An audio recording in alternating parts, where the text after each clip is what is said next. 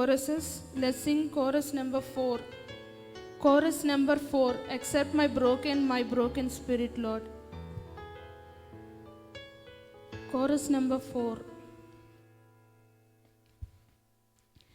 Accept my broken spirit, Lord.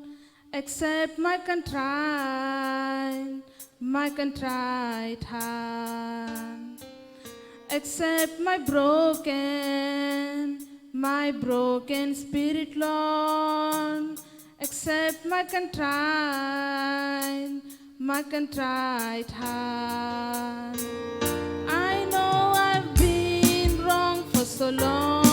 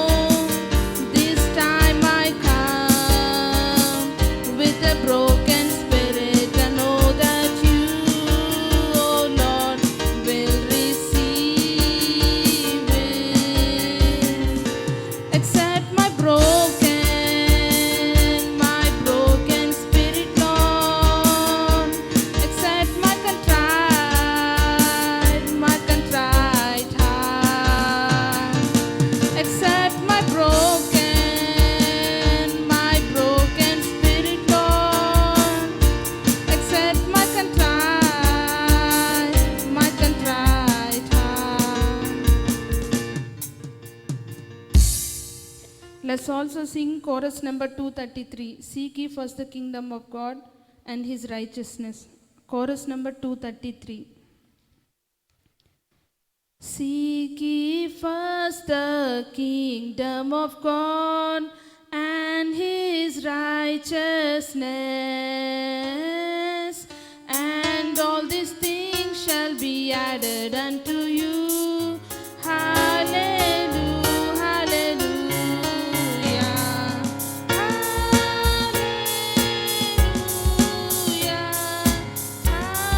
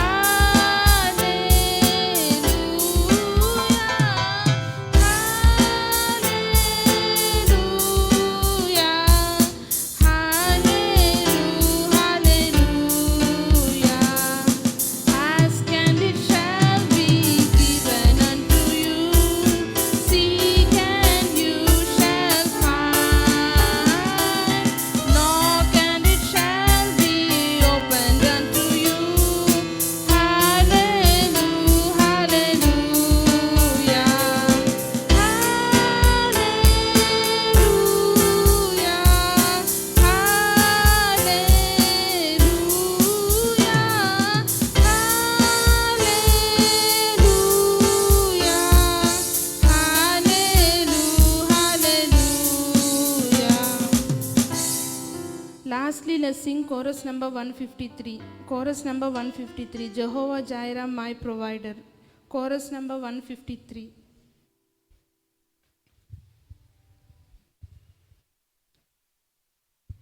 Jehovah Jireh, my provider, your grace is sufficient for me, for me, for me. Jehovah Jireh, my provider, your grace is sufficient for me. My Lord shall supply all my needs according to his riches in glory. He will give his angels charge over me. Jehovah Jireh cares for me, for me, for me. Jehovah Jireh cares for me. Jehovah Jireh, my provider, your grace is sufficient for me, for me, for me. Jehovah Jireh, my provider, your grace is sufficient for me. My Lord shall supply all my needs according to his riches in glory. He will give his angels charge over me. Jehovah Jireh cares for me, for me, for me. Jehovah Jireh cares for me.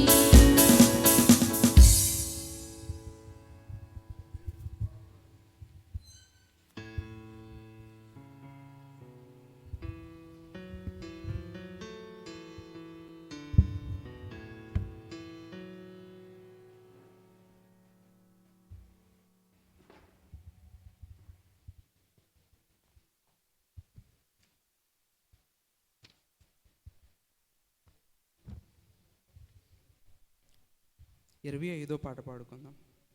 Page number 194 పేజీలో ఉన్న 25వ పాట. ఆనందం ఆనందం దీన దీనమానందం యేసురాజున స్వంతమాయేను. ఆనందం ఆనందం దీన దీనమానందం యేసురాజున స్వంతమాయేను. ఈ లోకమందు నా బంధువయనే నా మదిలో స్వంతమాయేను. ఈ లోకమందు నా బంధువయనే నా మదిలో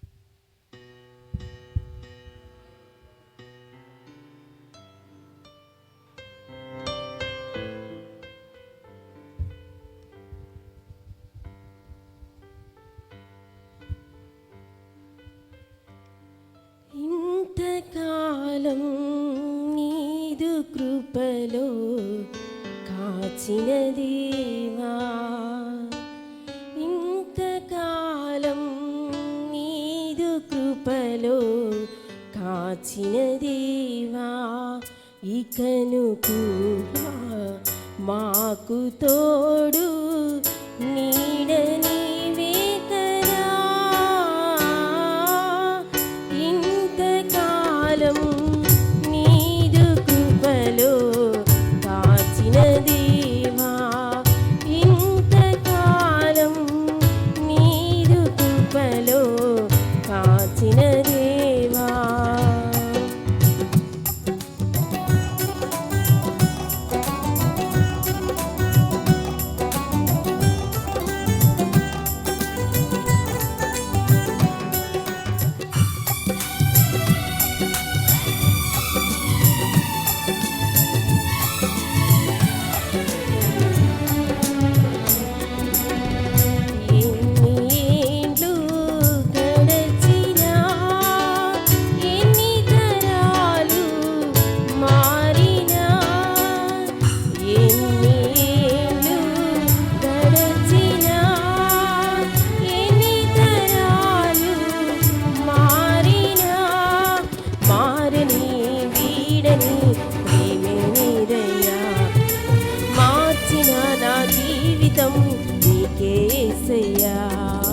మారని వీడని ప్రేమే నీదయ్యా, మార్చిన నా జీవితం నీకేసయ్యా. ఇంతకాలం నీదు కృపలో కాచిన దేవా, ఇంతకాలం నీదు కృపలో కాచిన దేవా, ఇకను కూడా మాకు తోడు నీడ నీవే కదా. ఇంతకాలం నీదు కృపలో కాచిన దేవా.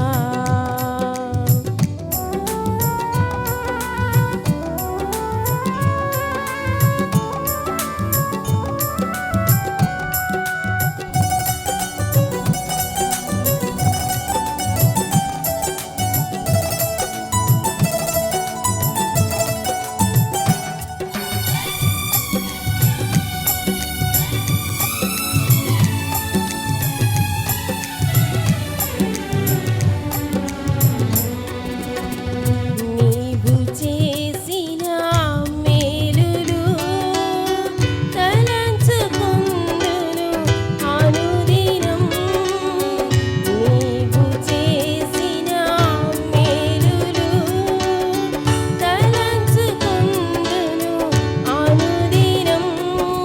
నా స్తుతి స్తోత్రము నీకేసయ్యా, వేరుగా ఏమీ చెల్లించలేనయ్యా. నా స్తుతి స్తోత్రము నీకేసయ్యా, వేరుగా ఏమీ చెల్లించలేనయ్యా. ఇంతకాలం నీదు కృపలో కాచిన దేవా, ఇంతకాలం నీదు కృపలో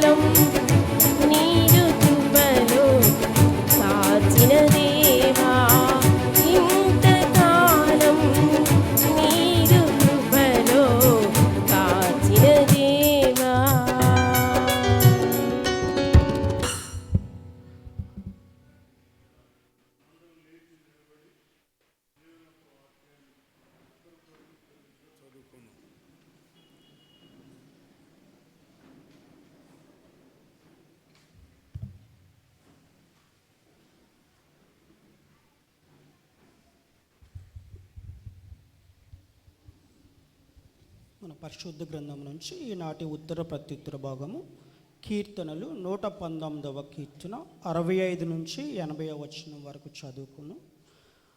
517వ పేజీలో ఉన్నటువంటి కీర్తనల భాగము 119వ కీర్తన 65 నుంచి 80వ వచనం వరకు చదువుకున్నాం. యెహోవా, నీ మాట చొప్పున నీ సేవకునికి నీవు మేలు చేసి ఉన్నావు. నేను ఆజ్ఞను నమ్మికుంచున్నాను. మంచి వివేచన, మంచి జ్ఞానం నాకు లేదు. శ్రమ కలుగక మునుపు నేను త్రోవ విడిచితిని, ఇప్పుడు నీ వాక్యమును అనుసరించి నడుచుకొనుచున్నాను.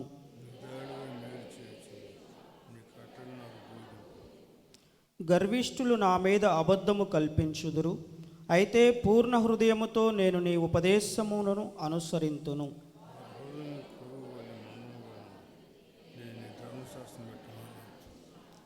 నేను నీ కట్టడలను నేర్చుకున్నట్లు శ్రమనొంది ఉండుట నాకు మేలాయెను.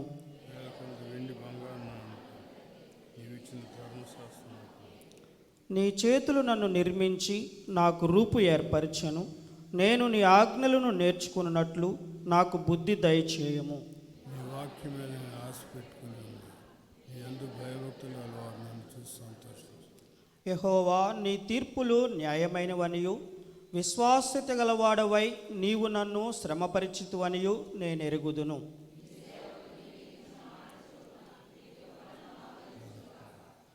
నీ ధర్మశాస్త్రము నాకు సంతోషకరము. నేను బ్రతుకున్నట్లు నీ కరుణా కటాక్షములు నాకు కలుగునుగాక. నీ ఉపదేశం ధ్యానించను. గరిష్ఠులు నా మీద అబద్ధం మాట్లాడను. నీ యందు భయభక్తులు గలవారును నీ శాసనములను తెలుసుకునివారును నా పక్షమున నుందురుగాక. నేను సిగ్గుపడకున్నట్లు నా హృదయము నీ కట్టడల విషయమై నిర్దోషమగునుగాక. దేవుడి వాక్యం దీవించునుగాక. అలాగే దేవుని జీవాత్మ నా మీదకు రమ్మని పల్లవి ప్రార్థనాపూర్వకంగా పాడుకో. దేవుని జీవాత్మ నా మీదికి రమ్ము. దేవుని జీవాత్మ నా మీదికి రమ్ము. వీరాచు వంచు మాలాచు నింపు. దేవుని జీవాత్మ నా మీదికి రమ్ము. దయచేసి కూర్చో. ప్రభు నామన అందరికీ వందనాలు. పరిశుద్ధ గ్రంథం నుండి ఆమోసు గ్రంథం 757 పేజీలో ఉన్నటువంటి ఆమోసు గ్రంథం 4వ అధ్యాయం 12వ వచనం చదువుకున్నాం.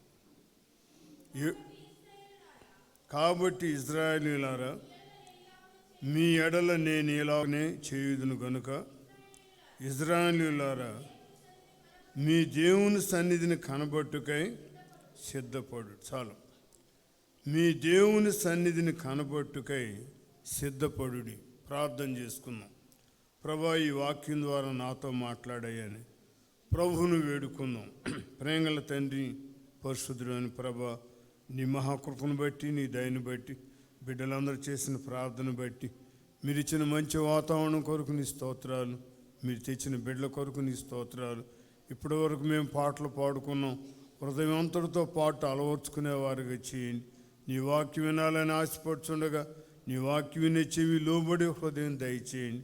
అయోగ్యునైన నన్ను మరుగుపరిచి మీరే నాతో మాతో మాట్లాడండి. పరిశుద్ధాత్మ మీద కుమ్మరించి మహిమ పొందమని నజరేయుడని యేసునామమున వేడుకుంటున్నాము తండ్రి. ఆమెన్. ప్రియులారా, మనం చదువుకున్న వాక్యము ఆమోసు గ్రంథం 4వ అధ్యాయము 12వ వచనంలో, మీ దేవుని సన్నిధిని కనబట్టుకై సిద్ధపడుడి. మనం ఎక్కడికి వెళ్ళాలన్నా సిద్ధపడి వెళ్తాం కదా. ప్రయాణానికి వెళ్ళాం అనుకో, రెండు రోజులు ఉండాలి. కావలసిన బట్టలు అన్నీ తీసుకుని సిద్ధపడి మరి వెళ్తాం అన్ని విషయాలు. కానీ దేవుని సన్నిధికి వెళ్ళేటప్పుడు అనామకంగా సిద్ధపాటు లేకుండా వెళ్తుంటారు. ఏదైనా సరే సరైన సిద్ధపాటు లేకపోతే చాలా నష్టపోవాలి. ఈ సందర్భంగా నాకు ఒక సంఘటన జ్ఞాపకం వస్తుంది. మేము 10th క్లాస్ చదువుకునే దినాల్లో యానివర్సరీ చివరిలో ఒక నాటిక వేశారు. ఒక డ్రాయింగ్ మాస్టర్ గారు ఉండేవాడు, ఆయన బ్రాహ్మణ్. హార్మోన్లు అవి కూడా వేస్తుంటాడు ఆ డ్రామాలకి. ఆయన ఇదన్నమాట పౌరాణిక నాటకం తెచ్చాడు. ఏముండి ఇదేమిటండి అంటే స్టూడెంట్స్ చేసినట్టు ఉండాలని ఆయన ఏదో తెచ్చాడు మొత్తానికి.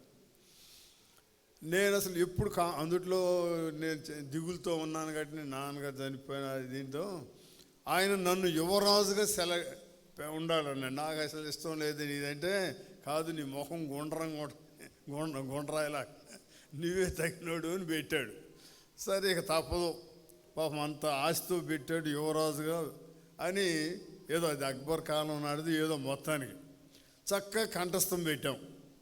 మంత్రి ఉన్నాడు, ఎవరన్నా అతిథులు వస్తే ఆ జరిగేదంతా మా ఇద్దరిది పెట్టేవాడు. చక్కగా చెప్పి భేష్ భలే ఉందని చెప్పేవాడు. ఈ నాటిక రక్తి గట్టించేది భలే ఉంటుందని అనుకున్నారు. సరే నాటకం దీనిలో మా సీన్ వచ్చింది.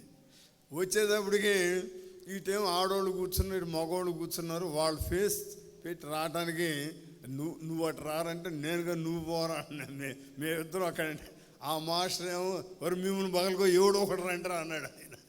అది పెద్దగా వినపడి 4 మౌతులు ఏం కట్టారు. ఈడు మొండోళ్ళు నేనే ఇటు ఫేస్ పెట్టి వచ్చాను. వచ్చినా మళ్ళీ ఇటు తిరగాలి కదా. ఇటు తిరిగి ఆ మహామంత్రి ఏమిటి విశేషాలని అన్నా. యువరాజా ఏం చెప్పండి, ఒక అమ్మాయి మంత్రికి మీసాలు లేవో అని అరిసిందండి అక్కడ ఉండి. అనేటప్పటికి బిత్తరపోయి మీసాలు పెట్టి సావలేదు అంటాడు అంటున్నాడు. ఒక అరబాకరంటే అసలు మొత్తం పోని నేను అందించినా కూడా అందుకోలేకపోయాడు. అట్టర్ ఫెయిల్ అయిపోయింది. నేను అనుకుంటాను ఒకవేళ భక్తి ప్రారంభించాలని మనం అనుకున్నా కూడా సైతాన్ని ఇలాగే ఎవడో అబ్బో పెద్ద భక్తుడు అయిపోయాడను ఏదో అంటారు, మానుకుంటారు. చాలామంది అలా మానుకున్న వాళ్ళు ఉన్నారు. కానీ భక్తుడు చెబుతున్నాడు, మీ దేవుని సన్నిధిని కనబట్టుకై సిద్ధపడి రండి. అంటే చక్కగా అవకతవకలు కలిగి ఉన్నాడు. అక్కడికి వెళ్ళే వాళ్ళందరూ నింటారని అదొక చెడ్డ పేరు. దేవుని నామానికి దోషణది. అలా కాకుండా మనం సిద్ధపడి జీవితాన్ని సిద్ధపరచుకుని సాక్ష్యాన్ని కాపాడుకుని దేవుని సన్నిధిలోకి వస్తే దేవుడు మనకి ఇవ్వదలసినటువంటి ఆశీర్వాదాల్ని ఇస్తాడు. ఆసక్తి కలిగి ఉండాలి. దేవుని సన్నిధికి వెళ్ళాలి, దేవుని ఆశీర్వాదం పొందాలి. మనం క్రిస్మస్ పండుగ జరుపుకున్నాం. పిల్లలు కూడా రారాజు పుట్టినరోజు అని నాటికి ప్రదర్శించారు, బాగానే ఉంది. వాళ్ళు చక్కగా సిద్ధపడి బాగా రిహార్సల్స్ వేసుకుని ఏదైనా కానీ వచ్చారు. వాటిలో మనం మెయిన్ మరియ కదా, మరియను గురించి మనం చూస్తాం. లోకాసు వార్త మొదటి అధ్యాయము 38వ వచనం మనం చదివితే, ఇదిగో ప్రభు దాసురాలను, నీ మాట చొప్పున నాకు జరుగునుగాక. నేను అంతటి దూత ఆమె యొద్ద నుండి వెళ్ళాను. ఇదిగో ప్రభు దాసురాలను, నీ మాట చొప్పున నాకు జరుగును. దేవుని చిత్తాన్ని నెరవేర్చడానికి తాను దేవునికి అప్పగించుకోను. ఆ కన్యక గర్భవతి అయితే ఈ దినాల్లో మసిపూసి మారేడుకి అవి చేస్తున్నారు చాలా ఇదిగా. ఒకసారి ఒక విశ్వాసులే ఒక ఆమె పెళ్ళి కాకుండా ప్రెగ్నెంట్ అయింది. ఆ సంగతి నాకు తెలియదు. బాగాలేదని చెప్తే ప్రార్థన చేయడం బాగా ముసుగేసుకుని ఉంది, బాగా నొప్పి వస్తుంది. బాగాలేదంటే ఏదో ప్రార్థన చేసి వచ్చాను. సరే ఇంకొక ఆమె అంత బాధపడుతుంటే ఏంటమ్మా అలాగే చూస్తే ఆమె హాస్పిటల్కి తీసుకెళ్తే నొప్పులు వస్తున్నాయని చెప్పింది. నన్ను ఈ అమ్మాయి పెళ్లి కాని అమ్మాయి నొప్పి అంటే ఏంది పాపం కొత్త ప్రాణానికి వస్తుంది. లేదు తన డెలివరీ అయింది, మగపిల్లడు కూడా చచ్చిపోయాడు. అరే ఇదేంటిరా తల్లి ఎంత అసలు ఎవరు చెప్పలే నాకు అంటే. అలాగా ఈ దినాల్లో అలా కవర్ చేస్తారు. ఆ దినాల్లో తల్లిదండ్రులు కూడా అలాంటి క్షమించరు, రాళ్ళు వేసి చంపేస్తారు. అంత గడ్డు దినాల్లో కూడా మరియా దేవుని చిత్తాన్ని నెరవేర్చడానికి అవమానం కానీ అపనిందలు కానీ ఏదన్నా కానీ సిద్ధపడి తను తాను దేవునికి సమర్పించుకుంది. అలాగా మనం కూడా భక్తిలోకి వచ్చినప్పుడు ఇది అంత సులభంగా ఉంటుందని అనుకోకూడదు. ముళ్ళ మీద నడిచినట్టు ఉంటుందని చెప్పాలి దేవుని సేవకులు చెబుతుంటారు. మామూలు ఉన్నప్పుడు అసలు ఎవరు ఏమనరు, భక్తిలోకి వచ్చినాకే. నా వరకు నేను అంతకుముందు అసలు ఎవరితో ఏది విభేదాలు కానీ అసలు నాకు అసలు ఏమీ. నేను భక్తిలోకి వచ్చినాక అంటే మారు మనసు పొందినాక దేవుని సేవకులు నాలో ఉన్న దీన్ని గమనించి ఏదేదో కాస్త అప్పచెబుతూ ఉంటే ఓ పెద్ద ఇది అయిపోయింది. అబ్బాగతి లేనటువంటి వాడు ఈడు పెద్ద ఇది అయ్యాడు, ఏదో మనం వేసిన ఇది వాళ్ళు మెచ్చుకుంటాం అన్న. నాకు బాధ వేసి దేవుని సేవకుల దగ్గరికి వెళ్ళి, అయ్యగారు ఏమనుకోబో, మీ మాట ధిక్కరించాను అనుకోబాకండి, అంతకుముందు అసలు నాకు ఎవరూ లేరు శత్రువులు, ఇప్పుడు అందరూ శత్రువులు అవుతున్నారు, ఏమనుకోబాకండి అంటే, దేవుని సేవకులు అబ్బాయి నీకు చెప్పేవాళ్ళు ఎవరు లేరు, మురిగే కుక్కలు కరవు కరిసే కుక్కలు మొరగవు అని ఉంది, వాళ్ళు చేయరు, ఎవరన్నా చేస్తే చెడగొడతారు. అందుకని మనని పిలిచింది దేవుడు, బహుమానం ఇచ్చే దేవుడు, వీళ్ళు కాదు, వీళ్ళు చెడగొట్టి కాదు నువ్వు ప్రార్థన కూడా రాకుండా చేస్తారే తప్ప ఇది కాదు అని ఒక ఉదాహరణ చెప్పాడు. బుడబుక్కలోడు అడుక్కుంటానికి బయలుదేరంగానే కుక్కలు కూడా బయలుదేరుతాయంట, బోబోమని.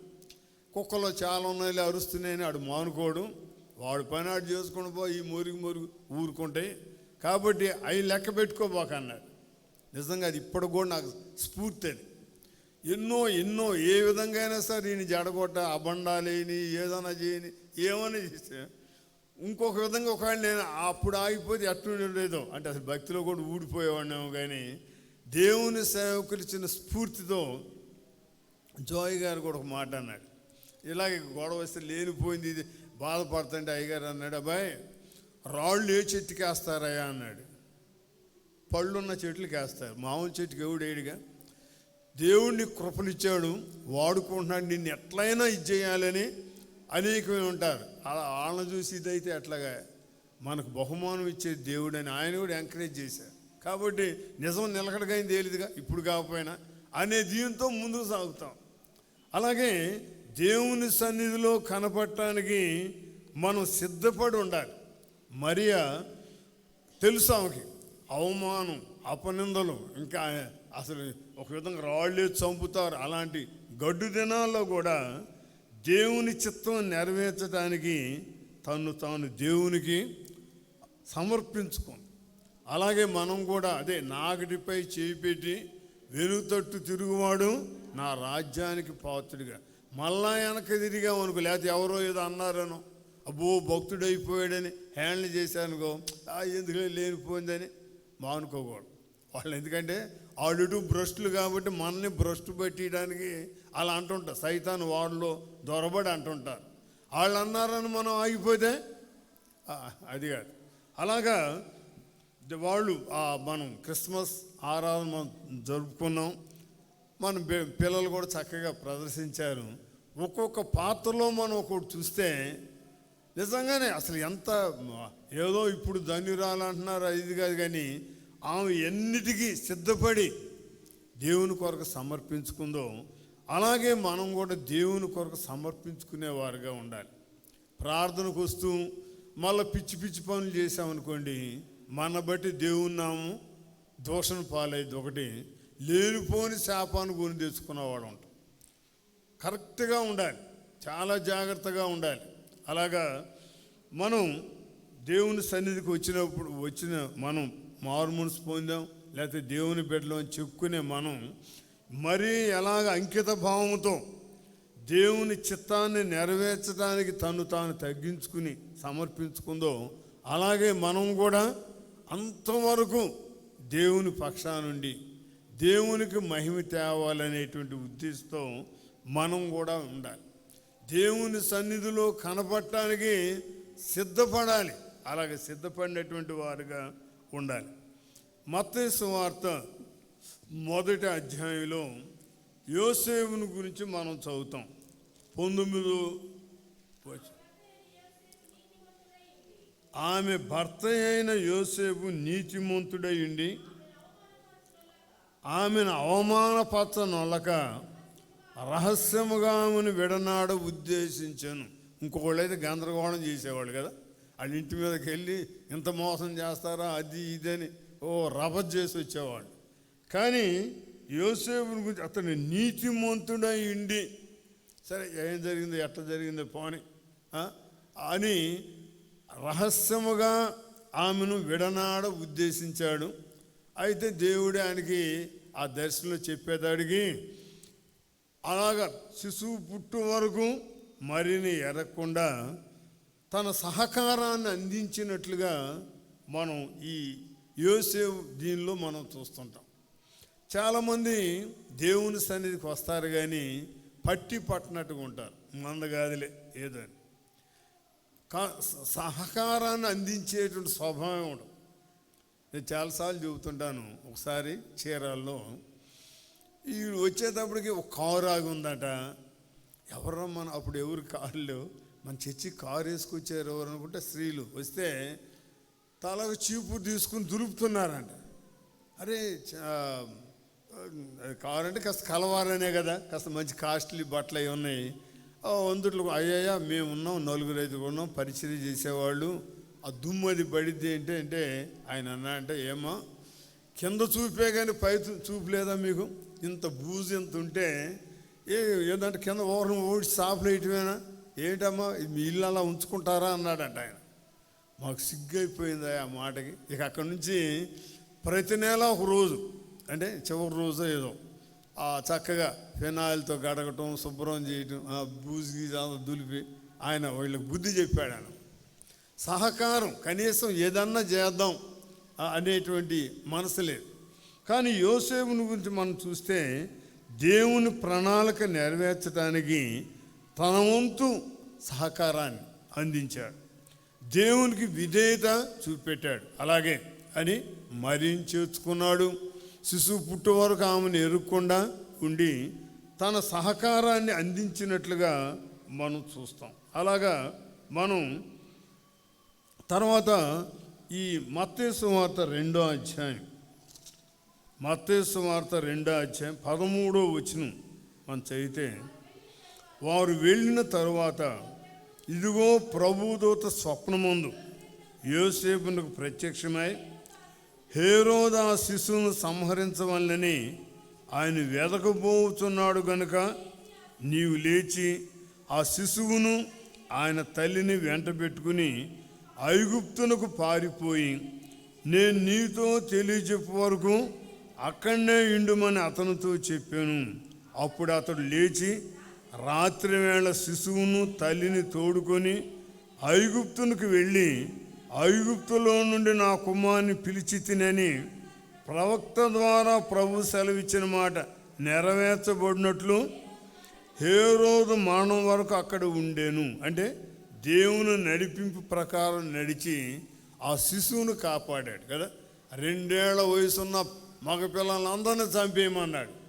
ఈయన వెళ్ళిపోవటం వల్ల ఈ తప్పించబడ్డాడు. అలాగా దేవుని చిత్తానికి లోబడి తన యొక్క సహకారాన్ని అందించినటువంటి వ్యక్తిగా యోసేపును మనం చూస్తాం. కాబట్టి అందరూ వాళ్ళ యొక్క దీన్ని చక్కగా నిర్వర్తిస్తున్నారు. మరి మనం దేవుని బిడ్డలో చెప్పుకున్నాం కానీ దేవుని సన్నిధికి వచ్చి అసలు దేవుని మాటలు లెక్కలేవు. దేవుని సేవకులు అంటే అంతకంటే లేక మనం ఏ జీవుని పొందలేం. వీళ్ళు ఎలాగ దేవుని సన్నిధిలో కనబడటానికి మనం సిద్ధపడి ఉండాలి అన్నట్లుగానే వీళ్ళెంతో సిద్ధపడి వారి యొక్క దీన్ని ఎంత చక్కగా నిర్వర్తించారు. మీ దేవుని సన్నిధిని కనపడకై సిద్ధపడండి. అలాగా మనం దేవుని చిత్తాన్ని మనం చేసేటువంటి వారుగా ఉండాలి. లూకాసు వార్త 2వ అధ్యాయంలో తర్వాత గొర్రెల కాపరుల గురించి మనం చదువుతాం. 15వ వచనం నుండి మనం చూస్తే లూకాసు వార్త 2వ అధ్యాయం 15. ఆ దూతలు తమ యొద్ద నుండి పరలోకమునకు వెళ్ళిన తర్వాత ఆ గొర్రెల కాపరులు జరిగిన ఈ కార్యమును ప్రభువు మనకు తెలియజేయించి ఉన్నాడు, మనం బెత్లెహేం వరకు వెళ్ళి చూతము రండని ఒకరితో ఒకడు చెప్పుకొని త్వరగా వెళ్ళి మరియను యోసేపును తొట్టులో పండుకొనిన శిశువును చూచిరి. వారు చూచి ఈ శిశువును గూర్చి తమతో చెప్పబడిన మాటలు ప్రచురము చేసిరి. అబ్బా, చూసా, ఇక్కడ గొర్రెల కాపులను చూస్తా ఉన్నాం. వాళ్ళు పనులు మానుకున్నారు, మందను అక్కడ విడిచిపెట్టారు. ఆ యొక్క రక్షకుని చూసి రావాలని పరుగును పోయారండి. అరే పుడితే పుట్టాలి మనకెందుకులే అనుకోలే. ఒకళ్ళ మంద మళ్ళా ఏ తోడులు తీసుకెళ్తే ఎలా అని అనుకోలేదు. కానీ ఆ ప్రభు కొరకు వారి ప్రాణం అలాగ తృష్ణగోని ఉన్నట్లుగా మనం చూస్తాం. కానీ ఈ దినాల్లో చాలామందికి అసలు ఆశ కూడా లేదు. ఈ దినం ఆదివారం దేవుని సన్నిధిలో మహా ఉంటే మనం 2 గంటలు ఉంటాం. లోకస్తులు కూడా అంటారు, ఒప్పుకుంటారు కదా. ఒకసారి ఎస్ఐ గారు స్టేషన్ పిలిపించాడు. ఆయన ఏమన్నా అంటే, ఏమంటే మాకు ఏ దేవుడు లేడో, మహా మీరు ఉంటే కాసేపు మందిరంలో 2 గంటలు 3 గంటలు ఉంటారు, మా వాళ్ళు తెల్లారులు భజనలు చేస్తుంటారు, కానీ మీరేమన్నారు. కానీ మీ మీద కంప్లైంట్ ఇచ్చారు. ఏంటి, ఆదివారం నాడు టీవీకి డిస్టర్బెన్స్ వస్తుందంట, మన మైక్ ఇది 2 గంటలకి కంప్లైంట్. ఇప్పుడు నేను పట్టించుకోలేక మళ్ళీ నా మీద కంప్లైంట్ ఇస్తారు, అందుకని పిలిపించాను. వేరుగా అనుకోపోకండి, మాకు ఏ దేవుడు లేడు, ఆయన మీరు జరుపుకునేది 2 గంటలు. ఆడేవుడు బుద్ధి లేనివాడు ఇచ్చాడని ఆయనే చెబుతున్నాడు. బాక్సులు ఉంటే ఆడితో పెట్టుకోండి, గొడవ ఎందుకండి అని చెప్పారు. సర్లే నిజమే బాక్సులు పెడితే అక్కడ హిందువులు కొంతమంది, ఏంటి బాబు మైక్ చెడిపోయింది, మేము మందిరానికి రాకపోయిన వాక్యం వింటుంటాం, ఏ బాగు చేయించిపోయారా అంటున్నారు. బాగు కాదు వెళ్ళండి, ఎవడండి ఆడు ఇచ్చింది, మేము తెల్లారులు భజన చేస్తే మీరేమన్నారు, ఆడు ఎవడు మేము వస్తాం స్టేషన్ 2 అన్నారు. స్టేషన్ కొద్ది పాడదు, ఊరుకోండి. అలాగా మనం ఉండేది 2 గంటలు. ఆ 2 గంటల్లో కూడా అంటే ఏంది, మనం వెళ్ళేది ఎటు లోబడేవాళ్ళం కాదు, ఏదో చక్క కుర్చీలు కూర్చుని కునుకుపాట్లు పడేవాళ్ళమే కదా అన్నట్టుగా ఆమెను అనటానికి ఒక అరగంట ముందు వస్తున్నారు చాలామంది. దేవుడు చూడలేదా ఏంటి, ఆయన సన్నిధిలో కనపడటానికి సిద్ధపడండి. కానీ ఇలాగ ఉంటే మనం ఆడే నాటకాలన్నీ దేవుని తెలుసు, దేవుని యొక్క దీవెన పొందలేము. ఇదివరకు దేవుని సేవకులే చెప్పారు, ఒకసారి ఆయన ఆత్మ పరలోకానికి వెళ్ళిందంట. వెళ్తే ఈయనకి అంతా ఆబ్సెంట్లు వేసి ఉన్నాయంట. ఇదేంటి ఆబ్సెంట్లు, లేనే కదా ఇక్కడ వాక్యం చెప్పేది, ప్రతి వారం నేను వాక్యం, నాకు ఆబ్సెంట్లు అంటే నువ్వు కాలేజీ చదివావా అని అడిగిందంట ఒక దోత. లేదు ఎస్ఎల్సి వరకే చదివా అన్నాడు. అందుకే నీకు తెలీదు, కాలేజీలో ప్రతి పీరియడ్కి అటెండెన్స్ తీస్తారు. ఒకవేళ పగలు 3-4 పీరియడ్లు ఉన్నాయనుకో, అందుట్లో ఒక పీరియడ్లో ఆబ్సెంట్, ఆ పూట అంతా పోయినట్టే. కాబట్టి నువ్వేమనుకుంటే నేను కదా ఏది నడిపించి వాక్యం చెప్పేదని ఆచుకుని తీసుకుని ప్రసంగ టయానికి వస్తున్నావు. అంతకుముందే దేవదూత వచ్చి హాజరు తీసుకుని వెళ్ళిందాడు, నీకేమీ లేదు కానీ. అప్పుడు నుండి దేవుని సేవకులు అందరితో పాటు వచ్చేవాడు. అప్పుడు 11 గంటల నుండి 4 గంటల వరకు జరిగేది అక్కడ ఆరాధన. 11 గంటలకు వచ్చి కూర్చునేవాడు, ఎంకరేజ్ చేసేవాడు. ఏమయ్యా చప్పడం, పోలియో వచ్చినోడికి ఎటు చేతులు లేవు, మీకేమయ్యా చప్పడ కొట్టండి అని ఎంకరేజ్ చేసి చక్కగా పాటించేవాడు ఉండేవాడు. అలాగా మనం కూడా మన యొక్క దీన్ని నిర్వర్తించాలి. ఆదివారం ఏదో ఆమెననే ఎప్పుడైతేలే ఆమెననే లోపల వెళ్తాం అనుకుంటాం కాదు, మనం దేవునికి లెక్క చెప్పాలి. కాబట్టి దేవుని సన్నిధిలో కనబడటానికి సిద్ధపడి వెళ్ళాలి. ఈ దినం ఆదివారం దేవుని ఆరాధించేది. పర్వాలేదు, టిఫిన్ చేయకపోయినా ఏమో 2 గంటలు మళ్ళీ వచ్చి చేయొచ్చు అని పనులన్నీ ప్రక్కన పెట్టుకున్నా రావాలి, కానీ పని కాలేదండి ఇప్పుడు అయింది పని అని అలా సాకులు చెప్పేవారుగా ఉండకూడదు. ఈ గొర్రెల కాపరులు చాలా గొర్రెలను విడిచిపెట్టాడు, దేవుణ్ణి చూడాలని పరుగు పరుగున పోయారు. ప్రార్థనకి ఒకసారి ఈ మధ్యలో సెల్ అనుకుంటూ వచ్చింది ఏంటి, ప్రార్థనకి వెళ్ళేటప్పుడు ఎలాగా వెళ్తారు అంటే తాబేలు వెళ్ళిద్దే, తాబేలు స్పీడ్కి వెళ్ళిద్దా, ఉసు అట్లా వస్తారంట. ప్రార్థనకు వచ్చినాక నిద్రపోయి పులిని కాబోలు వేసాడు నిద్రపోతూ ఉంటారంట. ఇంటికి వెళ్ళేటప్పుడు పులిలాగా దూకుతారు. నా సెల్ల నా ఎక్కడో చూసా, బలేసా చక్కగా ఉంది. ప్రార్థనకు వచ్చేటప్పుడు తాబేలు వచ్చినట్టుగా వస్తారంట. ఎప్పుడు వెళ్తేలే అనేవాడు ఎవడు ఉన్నాడు అంటేనా, ఒక ఆమె ఏమమ్మా ఇప్పుడు వెళ్తున్నావు మీ అయ్యగారు ఏమన్నా అంటేనా ఆరైనా అన్నట. ఊరు బాగా అదిరిపోయేటి ఏం భక్తి, మామూలు భక్తి కాదు, నన్ననే ధైర్యం ఆయనకి. ఆ దీనిలో వస్తుంటారు చాలామంది. దేవుని భయం లేదు, దేవుని సన్నిధిలో కనపడాలనే ఇది లేకుండా అలాగా వస్తూ ఉంటుంటారు. ఇక్కడ గొర్రెల కాపురులు చూడండి, పరుగు పరుగున సరే వెళ్ళారు, చూశారు. అక్కడ వారు విన్నవాటిని కన్నవాటిని ప్రచురపరిచారు. మాకు దేవదూత ఎలా చెబితే వచ్చే, లేకపోతే మాకు తెలీదు ఇదిగోంటే అని చెబితే అందరూ ఆశ్చర్యపోయారు. కింద భావన మనం చూస్తాం. కానీ మనం పొరపాటును కూడా ఒకటి చెప్పం కదా, ప్రార్థన రండి అని కానీ, లేకపోతే మరుంకోడు కానీ, అసలు మనం వెళ్ళటమే అంతంత మాత్రమైతే ఇంకా ఆడలేమని చెబుతాం. చాలామంది అలా ఉంటారు. కానీ గొర్రెల కాపరులు చూడండి ఎంత స్ఫూర్తితో ఆయన వారు విన్నది కన్నది అన్నీ ప్రచురపరిచారంట.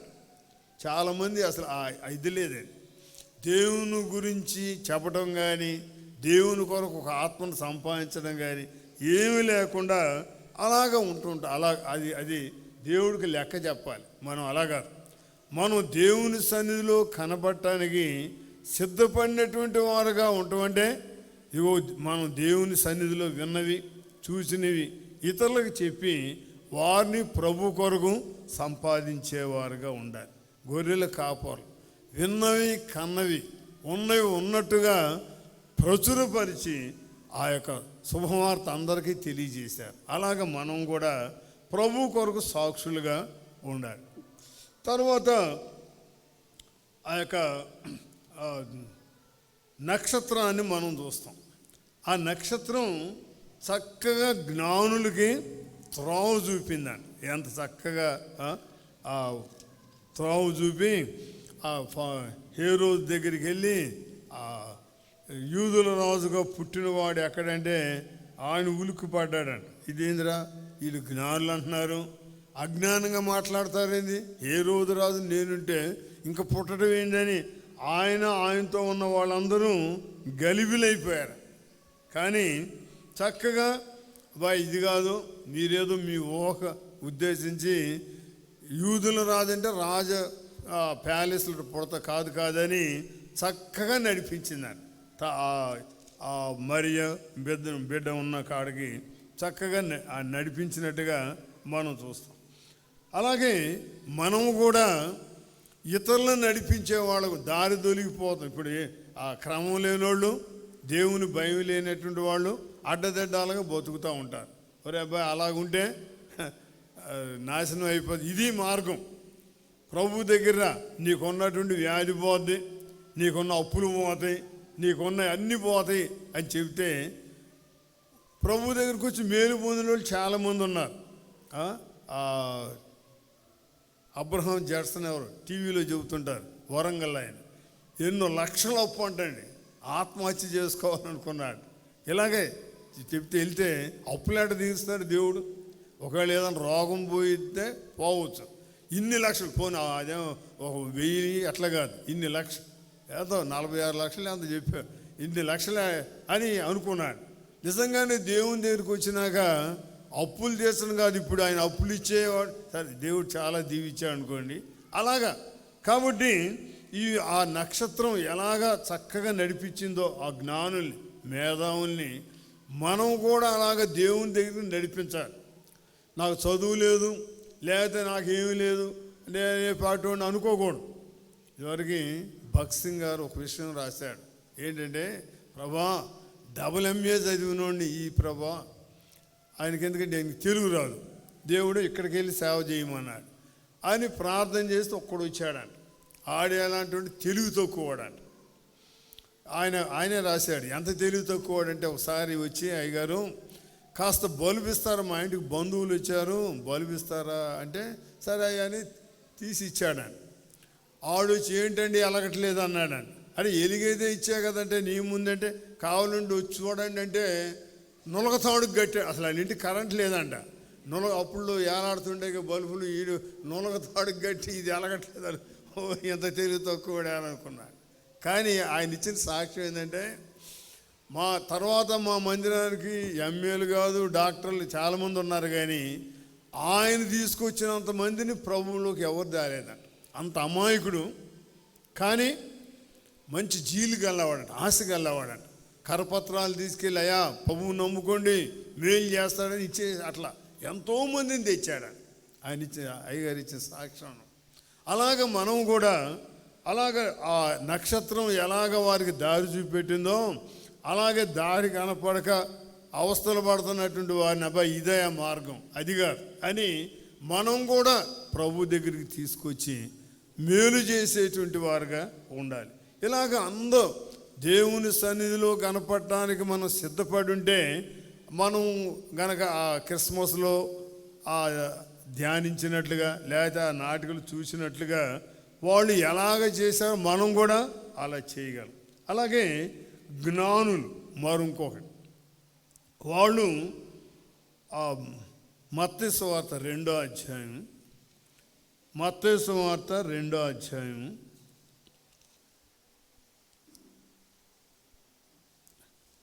10వ వచనం మనం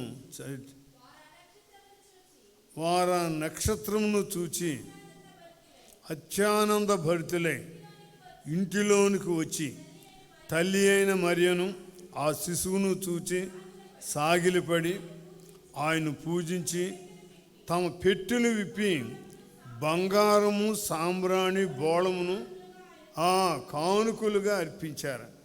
అంత జ్ఞానులు పూజార్హుణ్ణి అంటే ఆ నక్షత్రాన్ని చూచి ప్రభువు దగ్గరికి వచ్చారు కదా. ఈ దినాల్లో కాస్త ఉంటే తినటానికి ఉండటానికి ఉన్నా కూడా ప్రభు దగ్గర రావడానికి ఇష్టపడరు. ఎంత గర్వంగా ఉంటారు వీరు. మేధావులు, ఖగోళ శాస్త్రాన్ని ఎరిగినటువంటి వాళ్ళు అయినా కూడా ప్రభువు దగ్గరికి వచ్చారు. కానీ మన జ్ఞానం విర్రవీగేతడు చేస్తుంది, కానీ దేవుణ్ణి తెలుసుకునేటువంటి ఇది మనకు ఉండలేదు. చాలామంది ఇదివరకు దేవుని సేవకులు ఒక అతని గురించి చెబుతుండేవాడు, ఏమండి అందరూ కష్టపడితే కానీ జీవనోపాధి దొరకం, మీకు పిత్రార్జితం తాతలు వాళ్ళు సంపాదించింది చాలా ఉంది, ప్రార్థనకు రావచ్చు కదా అని అడిగాడంట. అడిగితే ఆయన పొందులా ఏం కర్మ బట్టి రమ్మంటావు అన్నాడంట. అరే అంటే ఈ ప్రార్థనకి వెళ్ళే వాళ్ళంతా కర్మ బట్టి వెళ్తున్నారంటే, ఒకళ్ళ సంగతి నాకు అనవసరం పొందులా, నాకు 4 కొడుకులు, ఇప్పుడున్న పాటు తెచ్చిన ఇంకొకడు ఎవడు సాయం పట్టకల్లా 4 వైపులు మోసుకుని కొత్త పెళ్లి కొడుకును ఊరేగి పల్లకీలు, ఇదివరకు పల్లకీలు ఉండేగా, అలాగ ఊరేగిస్తారు. నాకే తినటానికి లేక ఉండటానికి లేక దేనికి రావాలని అస్సలు రాలేదంట. ఆయనకంటే కలరా వచ్చిందంట. కలరా రాగానే ఒరే పెద్దోడో పెద్దోడు ఎద్దున్నాడు ముందే చదువుకుని, అప్పుడు మరీ భయంగా పేడ దుడిసిపోద్దని గొంతులో గుక్కి నీళ్లు పోసేవాడు కూడా లేక చచ్చాడంటండి. మరి ఇప్పుడు ఎవడు లేడు, ఇప్పుడు తీసుకెళ్ళడానికి ఎవడు లేడు. ఇక ఊళ్ళో ఎట్టుంటాడు, మరి ఆయనకి భార్య పిల్లలు అది అంటుకుంటే ఆయన చేస్తారు కదా. అందుకని మన కుక్క చచ్చిపోతే తాడు కట్టి ఈడ్చుకెళ్తామే, ఒకవేళ అది పెంపుడు కుక్క అయినా అంతకుముందు దాని ముద్దాడినా మా పప్పి ఏదాన్ని అయినా సచ్చినాక ముడికి ఎవడు సంకేసుకాడు, తాడు కట్టి ఈడ్చుకెళ్తాడు. ఈడ్చుకెళ్ళారా మా సేవకులు చెబుతుండేవాడు, నా లైఫ్లో దరిద్రుని సైతం సాపలో జుట్టి పాడేసినోడిని చూసే కానీ కుక్కలాగా తాడు కట్టి ఈడ్చుకెళ్ళినోడు నేను ఆడినే చూస్తాను. 4 కొడుకులు నాకేంటి పొందులా, ఉండటానికి లేక తినటానికి ఏం కర్మగాయలు రమ్మంటావు ప్రార్థనకి అనేవాడు పోయాడు. కానీ మనకి ఈ జ్ఞానులు అంత జ్ఞానం కలిగిన వాడైనా కూడా ఇదిగో పూజారు అని అంత దూరం నుండి వచ్చి ప్రభువుని దర్శించి సరే చూసాం వెళ్దాం అని అనుకోకుండా అక్కడ ఏం చేశారు, వారు ఆయన పూజించి ఆ శిశువును చూచి సాగిలిపడి ఆయన పూజించి తమ పెట్టెలు విప్పి బంగారము సాంబ్రాణి బోళమును కానుకలుగా అర్పించారు అని చూస్తాం. బంగారము క్రీస్తు రాచరానికి గుర్తు, అంటే రాజు అని గుర్తుగా అన్నమాట. బోళము ఆయన మన కొరకు ప్రాణం పెడితే శ్రమలకి గుర్తుగా. సాంబ్రాణి ప్రధాన యాజకుని గుర్తుగా వాళ్ళు సమర్పించారు అని మనం చూస్తాం. అలాగే తర్వాత వారు జ్ఞానులు మళ్ళా రాజు దగ్గరికి వెళ్ళా. మత్తయి సువార్త 2వ అధ్యాయము 11వ వచనం 12వ వచనం. తర్వాత హేరోదు నొద్దకు వెళ్ళవద్దని స్వప్నమందు దేవుని చేత బోధించబడిన వారే వారు మరి ఒక మార్గమున తమ దేశానికి తిరిగి వెళ్ళారు అంటూ. అంటే దేవుని భయం కలిగినటువంటి వాళ్ళు అన్నమాట. అంటే దేవునికి లోబడేటువంటి అంత జ్ఞానులైన. కానీ మనం మిడిమిడి జ్ఞానం అని అంత ఇది లేకపోయినా కూడా పట్టడానికి పగ్గాలు లేని వారుగా ఉంటారు. ఇక్కడ మనం దేవుని సన్నిధిలో కనపడటానికి సిద్ధపడండి అని చెబుతున్నారు. మనం ఈ క్రిస్మస్ దీనిలో మనం చూసి అంత జ్ఞానులైన సంపన్నులైనా కూడా తగ్గించుకు సాగిలిపడి దేవునికి మ్రొక్కి కానుకలు అర్పించారు. ఒకడు అన్నాడు, సాల్మనయ్య గారు చెబుతుండేవాడు, ఏమండి నా భర్త ఎంఈడి చదివాడు కానీ జ్ఞానం లేదండి అని చెప్పిందంట. ఏంటమ్మా ఏంటి అట్టంటావు మాస్టర్ గారు అంటే, కాదండి నేను ఇదివరకు ఎప్పుడు హాస్పిటల్లో ఒక రిప్రజెంటేటివ్ అని మా ఇంట్లో పిల్లలు మేము హాస్పిటల్లో ఉండేవాళ్ళం. నేను ప్రభువుని తెలుసుకున్నాక దేవుని యొక్క జీతం రాగానే 10వ వంతు తీసి పెట్టి దేవునికి ఇస్తూ ఉంటే ఇప్పుడు హాస్పిటల్ బిల్లు పోనీయండి, నేను నా భర్త ఏయా నీకు దేవుడు ఆరోగ్యం చేశాడు, ఇప్పుడు చూసావు ఎంత ఇది వచ్చిందో, అందుకని నీవు కూడా నీ దానిలో నీ జీతంలో 10వ వంతు తీయాయి అంటే మాయిల్ పకీరు నన్నుడు నవ్వుతా ఏంటయ్యా అట్ట ఎగిలిగా నవ్వుతూ ఏంటంటే నీవు దేవునికి అద్దిస్తున్నావు అంటున్నాడు. ఆ ఎంఈడి చదివినోడు అంటున్నాడంట, నువ్వు పరాయి దానివి కాబట్టి దేవుడికి ఇప్పుడు అద్దెంట్లో ఉన్నావు, నెల రాగానే అద్దెకి ఇస్తాం కదా, నువ్వు దేవుడికి అద్దిస్తున్నావు. నేను యెహోవా దేవుని వరపుత్రుని కాబట్టి గవదలు ఆడించుకుంటా యెహోవా దేవుడు వరపుత్రుడు అంట, అందుకని 10వ వంతు అదే వాడిని గవదలాడిస్తేట అంట. నువ్వు పరాయిదాను కాబట్టి దేవుడికి అద్దిస్తున్నావు, ప్రభా నన్ను కాపాడావు, నా భర్తను కాపాడావు, నా పిల్లల్ని కాపాడావు అని అద్దె చెల్లిస్తున్నావు అంటున్నాడు. అంటే సర్లేమ్మ గ్రహింపు దయచేసి ప్రార్థన చేయమని చెప్పాడు సార్. అట్లా కొంతమంది అంత ఇదిగా ఉంటారు. కానీ జ్ఞానులు తమ పెట్టెలు విప్పి అలాగా బంగారము సాంబ్రాణి బోళం అర్పించారు అని చూస్తాం. కాబట్టి మనం దేవుని సన్నిధిలో కనపడటానికి సిద్ధపడటం అంటే అత్తరు పూసుకుని పోవటం కాదు. లేకపోతే ఒకసారి ఒక ఆయన నన్ను బ్రదర్ కాస్త మీరు అక్కడికి వెళ్ళి వాక్యం చెప్పిరండి అని, కాస్త ముందు చెప్పొచ్చుగా బ్రదర్ సిద్ధపడేవాడిని అన్నాడు. అరే ఏముందని నేను అక్కడ చెప్పింది ఇక్కడ చెప్పరాదు ఎవడు చూస్తాడు అన్న. అదిగా మరి ఇంకేంది తలకు రంగు వేయాలంట. ఓను బుద్ధి ముసలోడు ఇప్పుడు నేను ఎవడు చూస్తా, కాస్త ముందు చెబితే తలకు మీసాలకు రంగు వేసుకొచ్చావు, ఇప్పుడు అక్కడ ఎవడు నేను సిద్ధపడలేదంటే వాక్యం సిద్ధపడలేదు, అక్కడ చెప్పింది ఇక్కడ చెప్పో ఎవడు చూస్తాడంటే అది కాదు బ్రదర్, కాస్త ముందుంటే కాస్త తలకి రంగు వేసుకుని తైలాభిషేకం చేసుకొచ్చేవాడు అంట. ఓరు బుద్ధి అదే సిద్ధపడటం, దేవుని సన్నిధిలో కనపడటం అంటే. కాబట్టి అలాగ అందరూ చక్కగా దేవునికి మహిమ తెచ్చేవారు ఉంటే మనం దేవుని సన్నిధికి వస్తున్నాం, ఆరాధిస్తున్నాం, అన్నీ చేస్తున్నాం, కానీ దేవునికి లోపట్ల దేవుని చిత్తం చేయట్లేదు. ఏదో మామూలుగా అలాగా రొటీన్ అయిపోతాం. అలాగుంటే దేవునికి లెక్కప్ప చెప్పాలనేటువంటి దీన్ని మనం మర్చిపోతాం. అపోస్తుడైన పౌలు ఒక విషయం చెప్పాడు.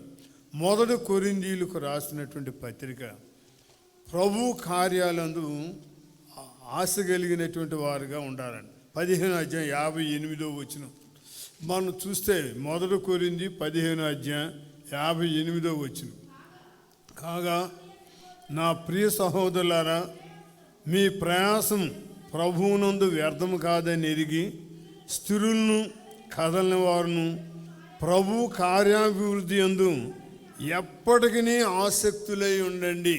అనాసక్తి ఉండకూడదు, ఆసక్తి కలిగి ఉండండి. అంతవరకు ప్రభు ఇచ్చి ఓపిక ఉన్నంత వరకు, ఊపిరి ఉన్నంత వరకు, ఓపిక ఉన్నంత వరకు అలాగా ప్రభు కార్యాభివృద్ధి యందు ఆసక్తి కలిగి ఉండాలి. కానీ అలా ఉండకూడదు, సోమరులుగా మనం ఉండకూడదు. మన యొక్క ప్రభువు నన్ను చూస్తున్నాడు, ప్రభు ఇగో లెక్క అప్పచెప్పాలి నేను అనేటువంటి భయం కలిగి ఆయన యొక్క కార్యాభివృద్ధి యందు ఎప్పటికీ ఆసక్తి.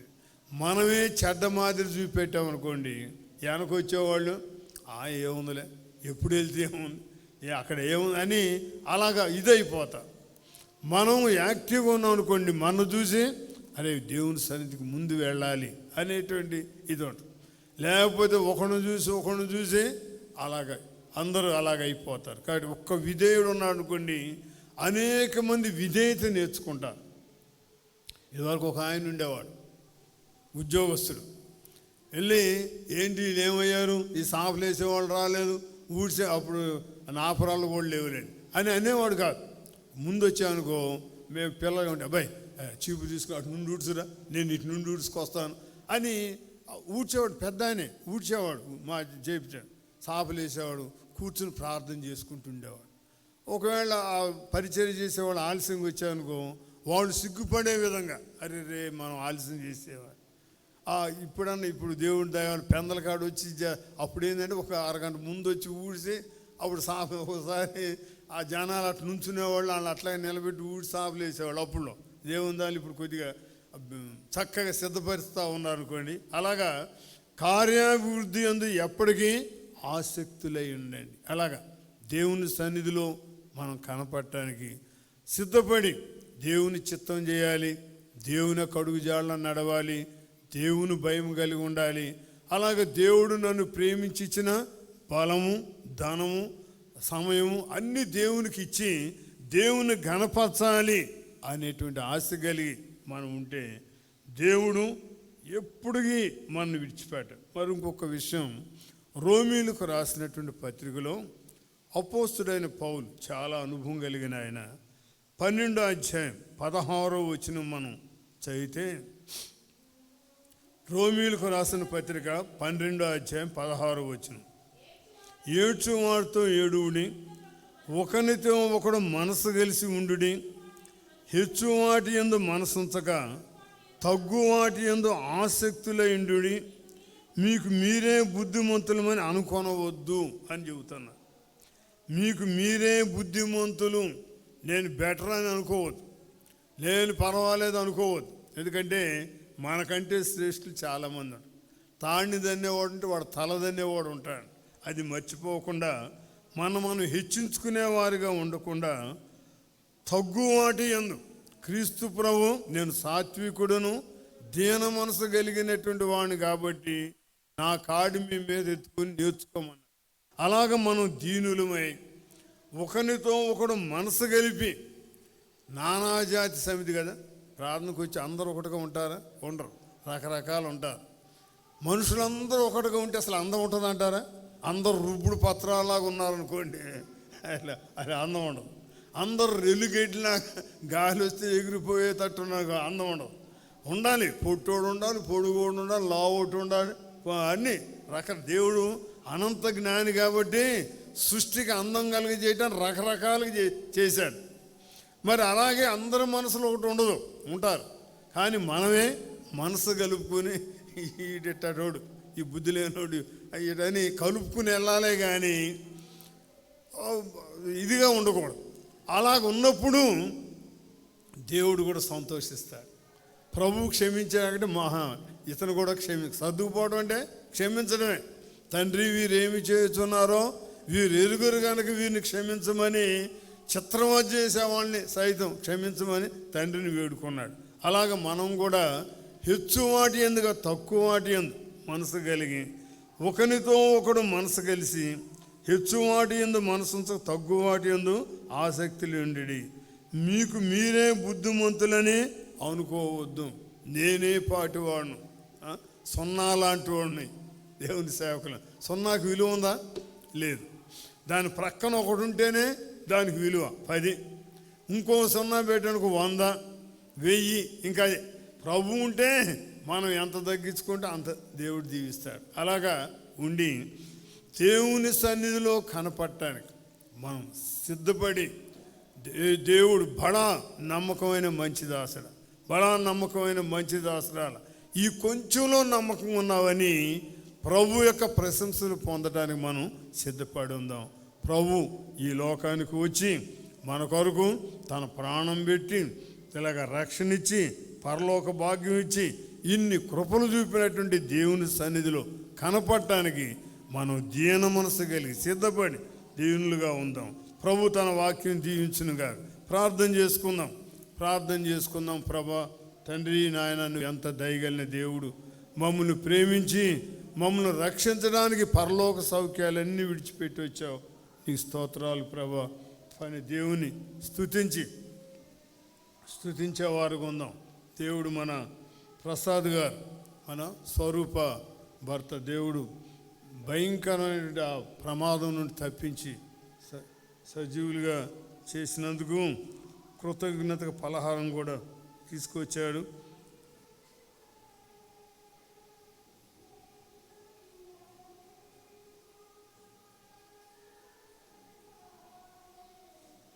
విడుస్తున్నా సరే విడుస్తాను. మన సరోజన్ టీచర్ గారు పరలోకంలో ఉన్నారు. మనం సరోజన్ టీచర్ గారు ఏమనుకుంటారు కదా, ఆ తల్లి ముందు వచ్చేది సన్నిధికి. వీళ్ళేంద్ర ఉసూరు మంట